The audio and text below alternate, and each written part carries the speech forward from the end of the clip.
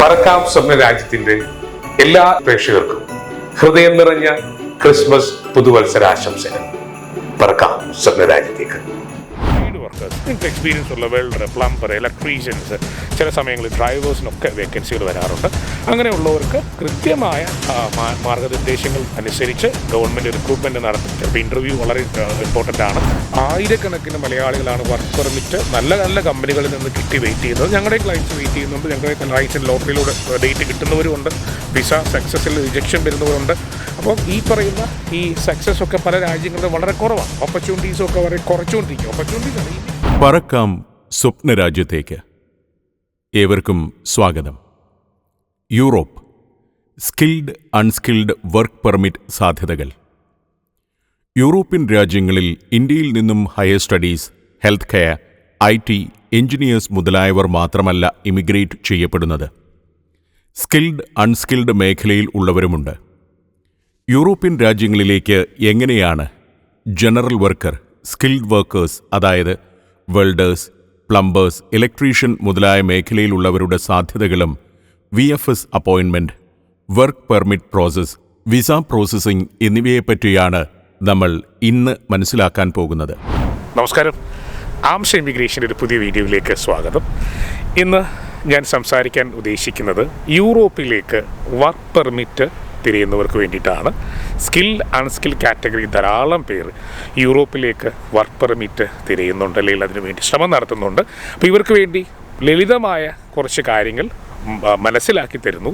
അത് മനസ്സിലാക്കിയ ശേഷം ആംസ്റ്റർ അല്ലെങ്കിൽ വേറെ ഏത് ഏജൻസിയിൽ നിങ്ങൾ പ്രോസസ്സ് ആരംഭിക്കുക. ആദ്യം എനിക്ക് പറയാനുള്ളത് ജനറൽ വർക്കർ കാറ്റഗറിയിൽ അപ്ലൈ ചെയ്യുന്നവർക്ക് വേണ്ടിയിട്ടാണ്. അതായത് ലേബർ കാറ്റഗറി.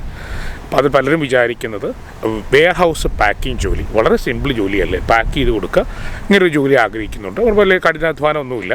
അപ്പോൾ അത് കിട്ടിയാൽ കൊള്ളാം. അതിനുവേണ്ടി ധാരാളം പേരാണ് ഡിഗ്രി കഴിഞ്ഞവർ, PG കഴിഞ്ഞവർ, അതിൽ MBA കഴിഞ്ഞവർ, ലോജിസ്റ്റിക് മാസ്റ്റേഴ്സ് ഉള്ളവരൊക്കെ ഈ വെയർ ഹൗസ് ജോലി എന്ന് പറഞ്ഞ് ഉദ്ദേശിക്കുന്നത് പാക്കിംഗ് ജോലികൾ. ചിലർ അഡ്മിനിസ്ട്രേഷൻ, സെയിം രംഗത്ത് അഡ്മിനിസ്ട്രേഷൻ ജോലി കിട്ടുമെന്നൊക്കെ പ്രതീക്ഷിക്കുന്നുണ്ട്. നിലവിലെ ഈ ഇമിഗ്രേഷൻ സിസ്റ്റം പ്രകാരം നിങ്ങൾക്ക് ഒരു അഡ്മിനിസ്ട്രേഷൻ രംഗത്ത് ഒരിക്കലും ഒരു ജോലി ലേബറായിട്ട് അല്ലെങ്കിൽ യൂറോപ്പിൽ കിട്ടാൻ വളരെ പാടാണ്. കാരണം ആ രംഗത്ത് ഭാഷയുടെ ഒരു പ്രാധാന്യം വളരെയുണ്ട്.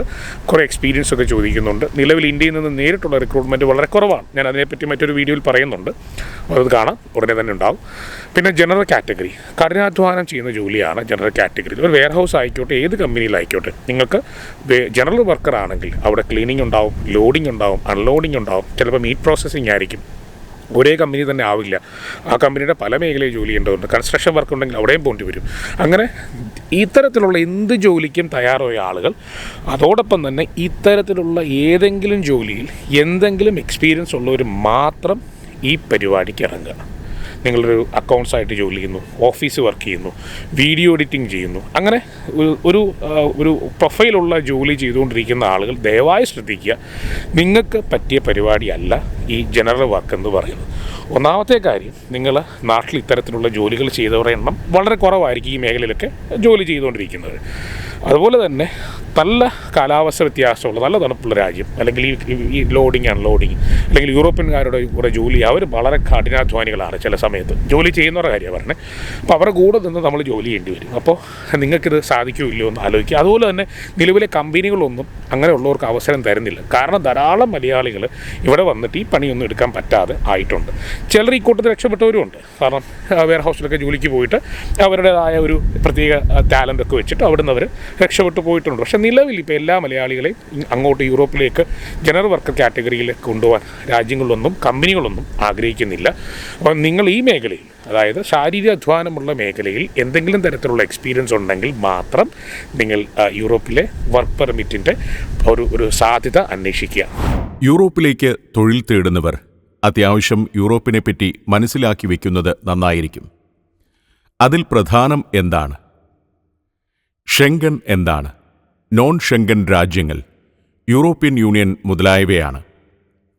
യൂറോപ്പിലേക്ക് ജോലി തിരയുന്ന മലയാളികൾ ഏറ്റവും അത്യാവശ്യം അറിഞ്ഞിരിക്കേണ്ട കാര്യം പ്രൊഫഷണലി എക്സ്പീരിയൻസ്ഡ് ആയിട്ടുള്ള marketing managers, administration, accounts, engineers, IT തുടങ്ങിയ മേഖലയിൽ ഉള്ളവർക്ക് ഇന്ത്യയിൽ നിന്നും നേരിട്ട് ജോലി ലഭിക്കുക താരതമ്യേന വളരെ പ്രയാസമാണ്. ഉദാഹരണമായി നമ്മുടെ ഇൻഫോ പാർക്ക്, ടെക്നോ പാർക്ക് തുടങ്ങിയവയിൽ ധാരാളം യൂറോപ്യൻ കമ്പനികളുണ്ട്. കൂടാതെ യൂറോപ്യൻ കമ്പനികളുടെ പ്രോജക്റ്റുകൾ ചെയ്യുന്ന ധാരാളം ഇന്ത്യൻ കമ്പനികളുമുണ്ട്.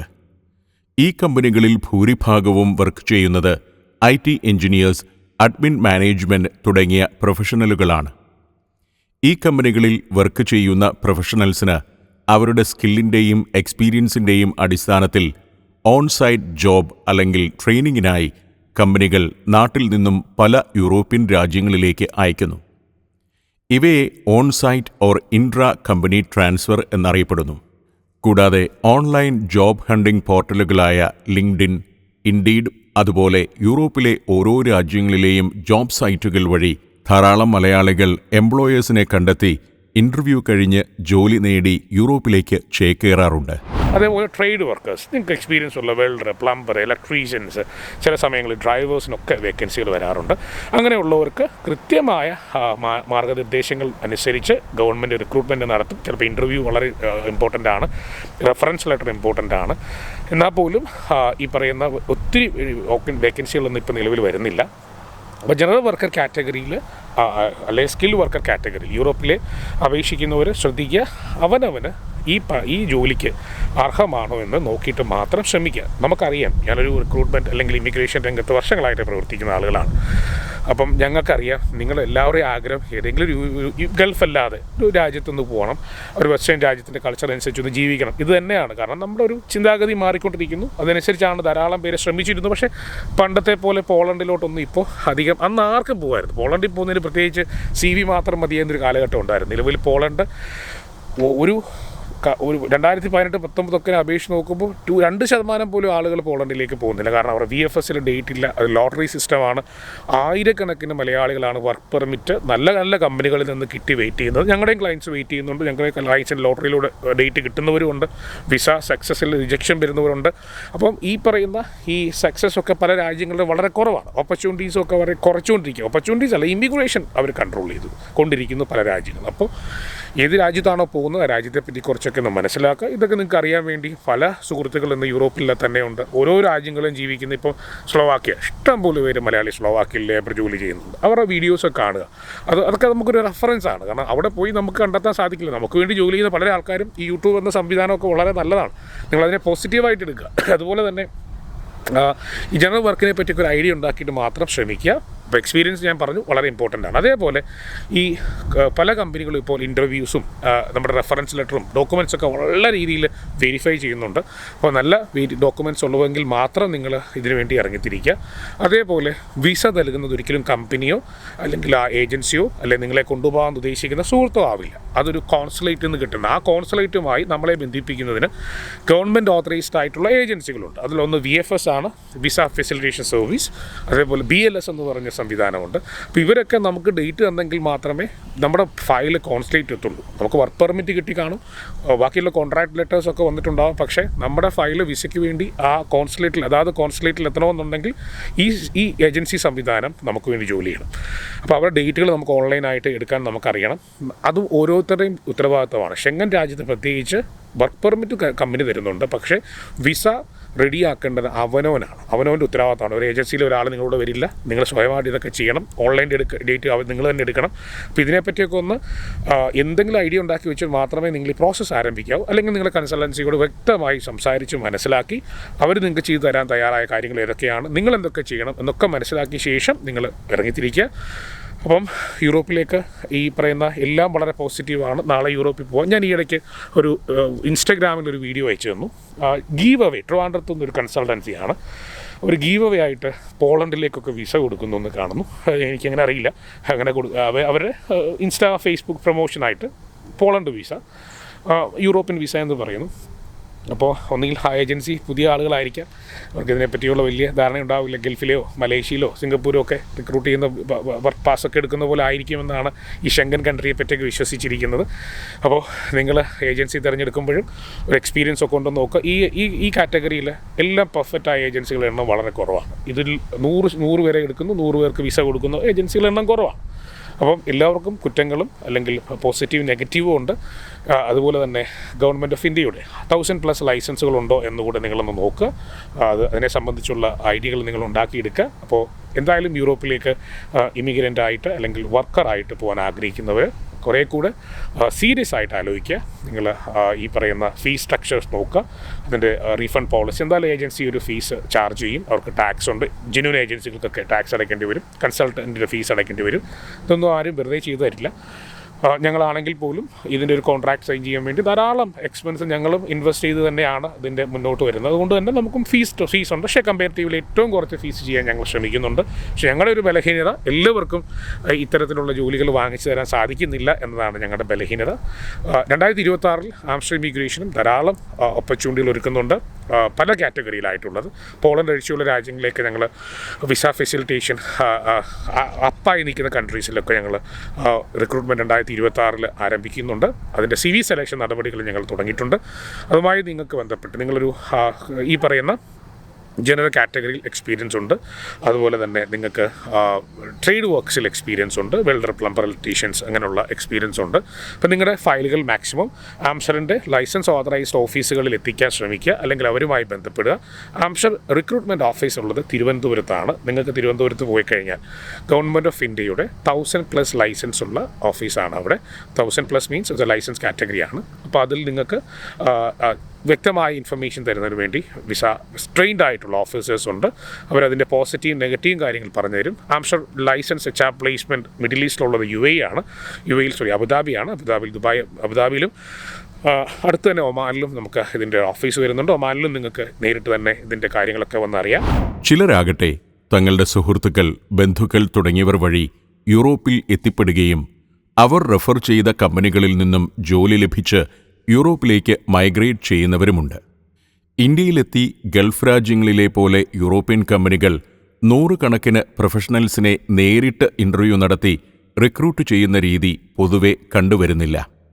ഇതിനായി ഏജൻസികളെയോ കൺസൾട്ടൻസികളെയോ ചുമതലപ്പെടുത്തുന്നതും നന്നേ കുറവാണ്. ഇതിൻ്റെ പ്രധാന കാരണം യൂറോപ്പിലെ പ്രൊഫഷണൽ ജോലി ചെയ്യുന്നതിന് അതാത് രാജ്യങ്ങളുടെ ഭാഷാ പ്രാവീണ്യം നിർബന്ധമാണ് എന്നതുകൊണ്ട് തന്നെയാണ്. എന്നാൽ സ്കിൽഡ് അൺസ്കിൽഡ് വർക്കേഴ്സിനെ നേരിട്ട് പല യൂറോപ്യൻ രാജ്യങ്ങളിലേക്കും റിക്രൂട്ട് ചെയ്യുന്നുണ്ട്. കാരണം പല യൂറോപ്യൻ രാജ്യങ്ങളിലും ഇത്തരം തൊഴിലവസരങ്ങൾ കൂടുതലായി വരുന്നതുകൊണ്ടാണ്. ഇത്തരം ജോലിക്ക് ഭാഷയോ യൂറോപ്യൻ എക്സ്പീരിയൻസിൻ്റെയോ ആവശ്യകത വേണ്ടിവരുന്നില്ല.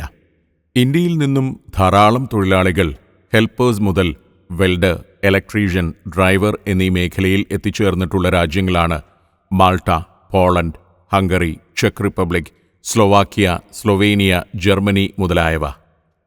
എന്നാൽ പോളണ്ട് കഴിഞ്ഞ 1-2 വർഷങ്ങളായി ഇന്ത്യൻ തൊഴിലാളികളുടെ ഇമിഗ്രേഷൻ നയത്തിൽ പല മാറ്റങ്ങളും വരുത്തിയിട്ടുണ്ട്. പോളണ്ട് ഇന്ത്യൻ തൊഴിലാളികളെ റിക്രൂട്ട് ചെയ്യുന്നതിൽ കുറവ് വരുത്തിയിരിക്കുന്നു എന്ന് തന്നെ പറയാം. പോളണ്ടിൽ നിന്നും തൊഴിൽ കരാറും വർക്ക് പെർമിറ്റും ലഭിച്ചവർക്ക് VFS എന്ന വിസ ഫെസിലിറ്റേഷൻ സർവീസ് ഏജൻസിയിൽ നിന്നും വിസ അപേക്ഷ നൽകുന്ന ഓൺലൈൻ അപ്പോയിൻമെൻറ്റ് ലഭിക്കുന്നത് നിലവിൽ ലോട്ടറി സിസ്റ്റം വഴിയാണ്. ഇതിൽ വളരെ കുറച്ചു പേർക്കാണ് മാസം തോറും വിസ അപ്പോയിൻമെൻറ്റ് ലഭിക്കുന്നത്. ഇതേപോലെ തന്നെ മാൾട്ടയും ലേബർ വിസ നൽകുന്നതിൻ്റെ റേഷ്യോ നന്നേ കുറവ് വരുത്തിയിരിക്കുകയാണ്. എന്നാൽ സ്ലൊവാക്യ, ക്രൊയേഷ്യ, അൽബേനിയ തുടങ്ങിയ ഷെങ്കൻ രാജ്യങ്ങളിൽ നിന്നും തൊഴിൽ കരാറും വർക്ക് പെർമിറ്റും ലഭിക്കുന്നവർക്ക് എംബസി അപ്പോയിൻമെൻറ്റ് ലഭിക്കുന്നുമുണ്ട്. സ്ലൊവാക്യയിലേക്ക് BLS എന്ന ഏജൻസി വഴിയാണ് അപ്പോയിൻമെൻറ്റ് എടുക്കേണ്ടത്. ജനറൽ കാറ്റഗറിയിൽ ആർക്കെല്ലാമാണ് യൂറോപ്പിലേക്ക് ജോലി കിട്ടാൻ സാധ്യത? ജനറൽ വർക്ക് എന്നതുകൊണ്ട് ഉദ്ദേശിക്കുന്നത് തന്നെ കമ്പനികളിലെ ലേബർ ജോലികൾ, അതായത് കായിക അധ്വാനമുള്ള ജോലികൾ എന്ന് തന്നെയാണ്. അതിൽ പലതരത്തിലുള്ള ജോലികളുണ്ടാവും. Construction workers, helpers, meat processing, meat cutters, warehouse loading and unloading, cleaning, food processing, packing തുടങ്ങിയ കായിക അധ്വാനമുള്ള ജോലികളാണ് ഇന്ത്യക്കാർക്ക് തൊഴിൽ ലഭിക്കാൻ സാധ്യതയുള്ളത്. ഈ ജോലികൾക്കായി പ്രത്യേകിച്ച് മാനദണ്ഡങ്ങൾ മുൻപ് കമ്പനികളോ ഇമിഗ്രേഷൻ ഡിപ്പാർട്ട്മെൻറ്റോ വെച്ചിരുന്നില്ല. എന്നാൽ നിലവിൽ കമ്പനികൾ വളരെ ലിമിറ്റഡ് നമ്പേഴ്സ് തൊഴിലാളികളെയാണ് റിക്രൂട്ട് ചെയ്യുന്നത്. അതിനാൽ മിക്കവാറും എല്ലാ രാജ്യങ്ങളിൽ നിന്നുള്ള കമ്പനികൾ ജനറൽ വർക്കേഴ്സായി ഇന്ത്യൻ തൊഴിലാളികളെ റിക്രൂട്ട് ചെയ്യുന്നതിന് ചില മാനദണ്ഡങ്ങളും വെച്ചു തുടങ്ങിയിട്ടുണ്ട്. അതിൽ പ്രധാനപ്പെട്ടത് ജനറൽ വർക്കർ ഹെൽപ്പർ മേഖലയിൽ, അതായത് ഫിസിക്കൽ എഫേർട്ട് വരുന്ന തൊഴിൽ ചെയ്ത് പരിചയം ഉണ്ടായിരിക്കണം. അതിൻ്റെ കഴിഞ്ഞ 3-4 വർഷത്തെ പ്രവൃത്തി പരിചയം കൂടാതെ work experience, reference letter, salary certificate മുതലായവ ഇപ്പോൾ കമ്പനികളും ഇമിഗ്രേഷന് ആവശ്യപ്പെടുന്നുണ്ട്. മിനിമം 3 മുതൽ 4 വർഷത്തെ ജനറൽ ജോലികൾ ചെയ്ത് പരിചയമുള്ളവർ മാത്രം ഇത്തരത്തിലുള്ള ജോലികൾക്കായി തയ്യാറെടുക്കുന്നതാണ് ഉത്തമം. എന്നാൽ welders, electrician, fork lift operators, excavators തുടങ്ങിയ സർട്ടിഫൈഡ് ആൻഡ് സ്കിൽഡ് ജോലികൾക്ക് എക്സ്പീരിയൻസ്ഡ് പ്രൊഫഷണൽസിന് അവരുടെ എക്സ്പീരിയൻസിൻ്റെ അടിസ്ഥാനത്തിൽ നേരിട്ട് കമ്പനികൾ ക്ഷണിക്കുന്നുണ്ട്. ജനറൽ സ്കിൽഡ് വർക്കേഴ്സിന് യൂറോപ്പിൽ തൊഴിൽ നേടാൻ നിരവധി വഴികളുണ്ട്. 1. റെഫറൻസ്. ഇത് നിങ്ങളുടെ സുഹൃത്തുക്കളോ ബന്ധുക്കളോ വഴി അവരായിരിക്കുന്ന രാജ്യങ്ങളിൽ നിന്ന് ഏതെങ്കിലും കമ്പനിയിലേക്ക് നിങ്ങളെ റെഫർ ചെയ്ത് തൊഴിൽ കരാറും വർക്ക് പെർമിറ്റും നൽകിയ ശേഷം വിസയ്ക്ക് ആപ്ലിക്കേഷൻ നൽകി പോകാൻ സാധിക്കുന്ന ഒരു മാർഗമാണ്. കൂടാതെ ലൈസൻസ്ഡ് ആയിട്ടുള്ള റിക്രൂട്ടേഴ്സ് വഴിയും നിങ്ങൾക്ക് തൊഴിൽ തേടാനും നേടാനും കഴിയും. ഇതിനായി പ്രധാനമായും വേണ്ട ഡോക്യുമെന്റ്സുകൾ passport copy, Europass, CV, experience letter, reference letter, profile video എന്നിവയാണ് കമ്പനികൾ ആവശ്യപ്പെടുന്നത്. കമ്പനികൾ ഓൺലൈൻ അല്ലെങ്കിൽ നേരിട്ട് ഇൻ്റർവ്യൂ നടത്തിയോ CV സെലക്ഷൻ വഴിയുമാണ് റിക്രൂട്ട്മെന്റ് നടത്തുക. ചില കമ്പനികൾ കൺസൾട്ടന്റുകളെ റിക്രൂട്ട്മെന്റിനായി ചുമതലപ്പെടുത്തുകയും ചെയ്യുന്നു. പോളണ്ടിൽ പുതിയ മാറ്റം വരാൻ സാധ്യതയുണ്ട്. അവരൊരു പുതിയ ഇമിഗ്രേഷൻ സിസ്റ്റം ഉണ്ടാക്കുന്നുണ്ടെന്നാണ് ഞങ്ങളുടെ പോളിഷ് കൺസൾട്ടൻറ്റ് അറിയിച്ചിരിക്കുന്നത്. ഞാൻ നിരന്തരം അവരുമായി ബന്ധപ്പെടുന്നുണ്ട്. എനിക്കൊരു ലൈസൻസ് പോളിഷ് അറ്റോർണി നമുക്ക് വേണ്ടി ജോലി ചെയ്യുന്നു പോളണ്ടിൽ.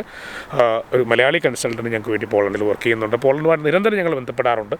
എത്രയും പെട്ടെന്നൊരു പോസിറ്റീവ് ഉണ്ടാവട്ടെ എന്ന് ഞങ്ങൾ പ്രതീക്ഷിക്കുകയാണ്. കാരണം അത്രത്തോളം അവസരങ്ങൾ ആ രാജ്യത്തുണ്ട്. അതാണ് അവിടുത്തെ റിപ്പോർട്ടുകൾ പറയുന്നത്. പക്ഷേ ഇമിഗ്രേഷൻ നയം നേരെ ആയെങ്കിൽ മാത്രമാണ് ഇന്ത്യക്കാർക്ക് അവിടുന്ന് ഒരു നല്ല പ്രതീക്ഷ ഉണ്ടാവുള്ളൂ. മറ്റു പല രാജ്യങ്ങൾ, സ്ലോവാക്യ തരക്കേടില്ലാത്ത BLSൻ്റെ ഓപ്പർച്യൂണിറ്റീസ്, ഇൻ്റർവ്യൂസ് ഡേറ്റ്സുകൾ കിട്ടുന്നുണ്ട്. ചിലർക്ക് ഡിലേ വരുന്നുണ്ട്. വർക്ക് പെർമിറ്റ് ചിലതൊക്കെ ഡിലേ ആവുന്നുണ്ട്. ഈ നിലവിൽ സ്ലോവാക്യയ്ക്ക് വലിയ കുഴപ്പമില്ലാതെ വർക്ക് പെർമിറ്റ് ലഭിക്കുന്നുണ്ടെങ്കിലും ചില ഇമിഗ്രേഷൻ സിസ്റ്റം പ്രകാരം ഡിലേ വരുന്നുണ്ട്. അപ്പം ഡിലേ ആണ് ഇപ്പം ഏറ്റവും അധികം നമ്മൾ കണ്ടുകൊണ്ടിരിക്കുന്നത്. പക്ഷേ ഇതൊക്കെ ഫാസ്റ്റ് ആവുമെന്ന് ചോദിച്ചാൽ ആപ്ലിക്കേഷൻ എണ്ണം കൂടുന്നതനുസരിച്ചും ഇമിഗ്രേഷൻ ടൈറ്റ് ആവുന്നതനുസരിച്ചാണ് ഡിലേ വരാറുള്ളത്. നിലവിൽ നമ്മൾ ആപ്ലിക്കേഷൻസ് എടുത്തുകൊണ്ടിരിക്കുന്നത് സ്ലോവാക്യയാണ്. ഏകദേശം അവസാനിച്ചിട്ടുണ്ട്. വെയർ ഹൗസിലേക്കായിരുന്നു. അത് ഏകദേശം നല്ല നമ്പർ ഓഫ് ആളുകൾ ഇൻ്റർവ്യൂ കഴിഞ്ഞു. അതിൻ്റെ ഡോക്യുമെൻറ്റേഷനിലൂടെ കടന്നു പോകുന്നു. അൽബേനിയ അത് നോൺ ഷെങ്കൻ രാജ്യമായതുകൊണ്ട് തന്നെയാണ് വലിയ കുഴപ്പമില്ലാതെ ഇൻ്റർവ്യൂസ് പടപെടാൻ നടക്കുന്നു. പക്ഷേ അൽബേനിയയുടെ ഇൻ്റർവ്യൂ ഭയങ്കര പ്രയാസകരമായ ഇൻ്റർവ്യൂ ആണ്. എല്ലാ എംപ്ലോയീസും എല്ലാവരും എടുക്കില്ല. ഞങ്ങൾ 10-20 പേരെ പങ്കെടുപ്പിക്കുമ്പോഴാണ് 6-8 പേർക്കൊക്കെ സെലക്ഷൻസ് വരിക. എൻ്റെ ഇൻ്റർവ്യൂ പങ്കെടുത്ത പലരും ചിലപ്പോൾ എൻ്റെ വീഡിയോ കാണുന്നുണ്ട്. ചിലർക്ക് സെലക്ഷൻ കിട്ടിയിട്ട് അടുത്ത സ്റ്റെപ്പിലോട്ട് പോയി വിസ രജിസ്ട്രേഷൻ, അൽബേനിയയ്ക്കും വിസ രജിസ്ട്രേഷൻ കഴിഞ്ഞ വർഷങ്ങളിലുണ്ടായിട്ടുണ്ട്. അപ്പോൾ നമുക്ക് ഈ പറയുന്ന മറ്റുള്ള രാജ്യങ്ങൾക്ക് പോസിറ്റീവ്, ഇപ്പോൾ റൊമാനിയ അത്യാവശ്യം പോസിറ്റീവായിട്ടാണ് നമ്മൾ എക്സ്പെക്റ്റ് ചെയ്യുന്നത്. അവിടെയും വർക്ക് പെർമിറ്റും കാര്യങ്ങളും കുറച്ച് ഡിലേ ഉണ്ടെന്നാണ്. കാരണം ഒരു പുതിയ ഷെങ്കൻ കൺട്രി ആയതുകൊണ്ട് തന്നെ ആപ്ലിക്കേഷൻ എണ്ണം കൂടിയതുകൊണ്ട് അവിടെ വർക്ക് പെർമിറ്റ് ഡിലേ വരുന്നതായി നമ്മൾ അറിയുന്നുണ്ട്. എന്നാലും അവിടത്തേക്ക് നമ്മൾ കുറേ കോൺട്രാക്റ്റുകൾ കുറേയധികം ചെയ്യാൻ ആഗ്രഹിക്കുന്നു. അപ്പോൾ മിനിമം ഒരു വർഷം അല്ലെങ്കിൽ ഒരു 1.5 വർഷം പ്രതീക്ഷിച്ച് വേണം നിങ്ങൾ യൂറോപ്പിലേക്കുള്ള വർക്ക് പെർമിറ്റിന് വേണ്ടി ഇറങ്ങിത്തിരിക്കാൻ. അതെന്തുകൊണ്ട് അങ്ങനെ ഞാൻ പറയാൻ കാരണം പല ഡിലേ ഉണ്ടാവും. നിങ്ങൾ ഏതെങ്കിലും ജോലി ഉപേക്ഷിച്ച്, ഗൾഫിൽ നിന്നൊക്കെ ജോലി ഉപേക്ഷിച്ച് ഇതിൻ്റെ പുറകെ ഇറങ്ങി നാട്ടിൽ വന്ന് നിന്നിട്ട് പ്രോസസ്സ് ചെയ്ത് എളുപ്പം പോകാമെന്ന് പറഞ്ഞ് നിൽക്കുന്ന ആളുകളുണ്ടെങ്കിൽ നിലവിൽ അത് നിങ്ങൾ കാണിക്കുന്നത് കുറച്ച് ബുദ്ധിപരമായ കാര്യമല്ല. ഒന്നുകൂടെ ആലോചിക്കുക. നിങ്ങൾ നിലവിൽ നല്ലൊരു ജോലി നിൽക്കുക. ആ ജോലിയിൽ നിലനിന്നുകൊണ്ട് തന്നെ വേണം ഈ ഷെങ്കൻ രാജ്യത്തിൻ്റെ പ്രോസസ്സിലേക്ക്, അല്ലെങ്കിൽ യൂറോപ്പിൻ്റെ പ്രോസസ്സ്, നോൺ ഷെങ്കൻ രാജ്യത്തിൻ്റെ പ്രോസസ്സ് ചെയ്യാൻ. അതിൽ എനിക്ക് പോസിറ്റീവായി പറയാൻ, ഈ നോൺ ഷെങ്കൻ രാജ്യങ്ങൾക്ക് ഈ ഡയറക്റ്റ് വിസ ആപ്ലിക്കേഷൻ അത് കുറച്ചധികം ഫാസ്റ്റാണ്. ഇതാണ് അൽബേനിയ. അതിൻ്റെ റിസൾട്ട് നമുക്കറിയാൻ പറ്റും. പോസിറ്റീവ് നെഗറ്റീവ് നമുക്കറിയാൻ പറ്റും വളരെ പെട്ടെന്ന് തന്നെ. അപ്പോൾ ഇത്രയൊക്കെയാണ് എനിക്ക് പറയാനുള്ളത്. അപ്പോൾ കൂടുതൽ എന്തെങ്കിലും അറിയണമെന്നുണ്ടെങ്കിൽ കമൻറ്റ് ചെയ്യുക. ഈ വീഡിയോ അത്യാവശ്യം മാക്സിമം ആളുകളോടൊക്കെ ഒന്ന് ഷെയർ ചെയ്യുക. ഞങ്ങളുടെ ചാനലൊക്കെ ഒന്ന് നോട്ട് ചെയ്ത് വെക്കുക. പുതിയ അപ്ഡേറ്റുകൾ ഞാൻ തരുന്നുണ്ട്. 2026 ധാരാളം ഓപ്പർച്യൂണിറ്റീസ് ഞാൻ ഒരുക്കുന്നുണ്ട്. ഞങ്ങളുടെ ടീം ശക്തമായിട്ട് വർക്കൗട്ട് ചെയ്യുന്നുണ്ട്. അപ്പം എനിക്ക് മാക്സിമം ആളുകളെ യൂറോപ്പിൽ എത്തിക്കാൻ സാധിക്കട്ടെ എന്ന് ഞാൻ ആത്മാർത്ഥമായിട്ട് ആഗ്രഹിച്ചിട്ടാണ് ഈ വർഷം നമ്മൾ 2026 ഞങ്ങൾ പ്ലാൻ ചെയ്തിരിക്കുന്നത്. ദൈവം നടത്തട്ടെ. Thank you so much.